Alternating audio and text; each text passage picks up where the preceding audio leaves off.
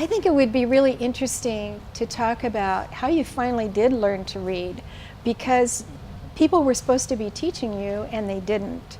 You were told to go to Mrs. Ashley's house every Saturday, who was going to be your teacher in September, so that she could teach you, and by the time school started, you'd be ready to go. You'd be ready to read. But what actually happened? Yeah, that's interesting. That was in foster care. That was when I was in foster care.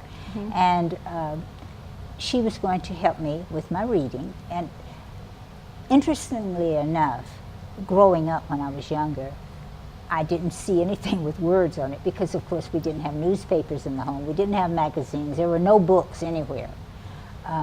So I didn't have any experience with words or anything like that. Didn't have anybody to help me. So when I went to foster care, she was going to help me on Saturdays.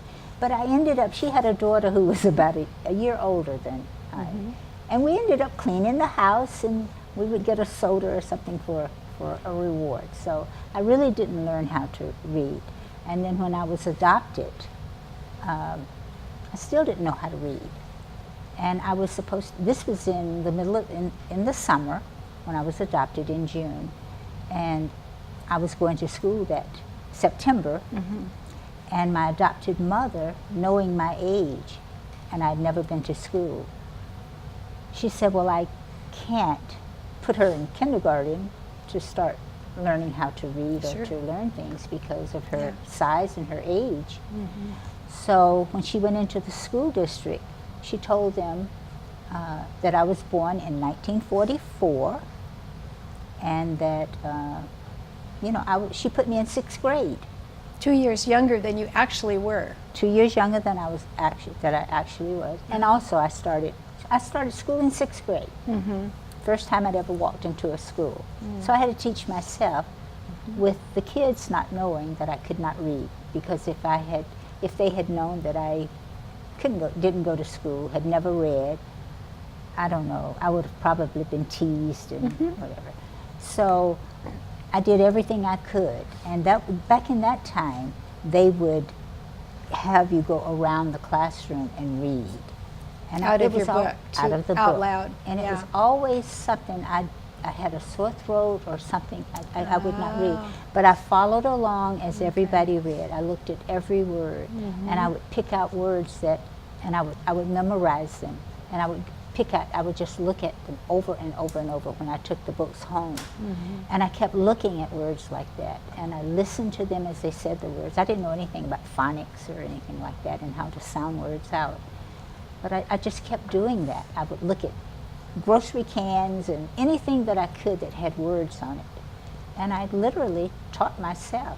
I was pretty good in math with the numbers because that came easy for me. I'd never had them before, but it was easy to understand how to do that.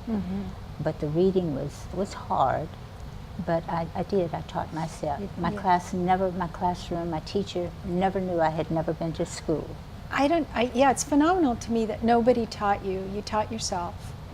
Yeah, I did. It's amazing. As a matter of fact, at my 50th high school reunion, I told my class, because I came from a small place, you know, in Waycross, where I was adopted and lived, we had small classes, and the kids, we had the same students all the way through school, so we knew each other. And so at my reunion, that was one of the things. Everybody got up and said a little something about school and, you know, something that they remembered. And I told my class for the first time about not being able to go to school and had never been to school. And they were just fabulous. That was the first time you told anybody? That was the first time I told. Wow. Yes. And they couldn't believe it. I bet. And also, you became a teacher. I did. Which I remember you used to stand on the stump out in the field. When I was a little girl. And pretend to be a teacher, never dreaming that you could actually become one. But I don't think you ever told your students either that you couldn't read until you were 11 or 12. No, I did not. Yeah. I didn't tell anybody. There were a lot of things I didn't tell anybody that happened to me. Yeah. But I survived. I learned to read. I was an honor student. Yeah. Went to college. college. I went to college, got my master's. Amazing. And I I survived. And you I taught think elementary school a long time, I think. I taught 37 years. 37 years. Yes. Wow. Yeah. And I have to say it, I was a good teacher. Yeah, I bet. I bet. I remember you saying you always wanted to give your students what you had not Yes, had. I did. Yeah, And I did too. in school. Not only the books, but everything else that went along with it. Life experiences and love and the whole gamut. So it was just something that, and that's something I think I want to get out. I would like for people some kids who may have the same kind of experience that I had, or other experiences, that, you know, if you are committed and determined and you set your goals, you can do anything you want.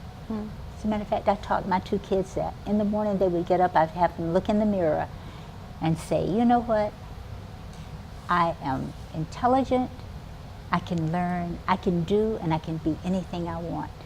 They still laugh about that. Ah. And I really believe that too, because sometimes I think people give up too soon, when the light is right at the end of the tunnel. If they just go just a little bit farther or work just a little bit harder, they'll find that there are a lot of good rewards there. And my story is one that I'm happy now. And thanks to you for helping to write my story, I was able to clear myself, clear my mind, and get a lot from inside that I had pushed down for so many years and hidden away. I cleansed myself. So thank you. Yeah, I'm happy I could do that. Yeah, it's important to me too. I don't think your story is like any other story. That's why the more I found out about it, the more I wanted to write your story. And I think it's going to be a fabulous movie. I hope so. Yeah, born to be a movie.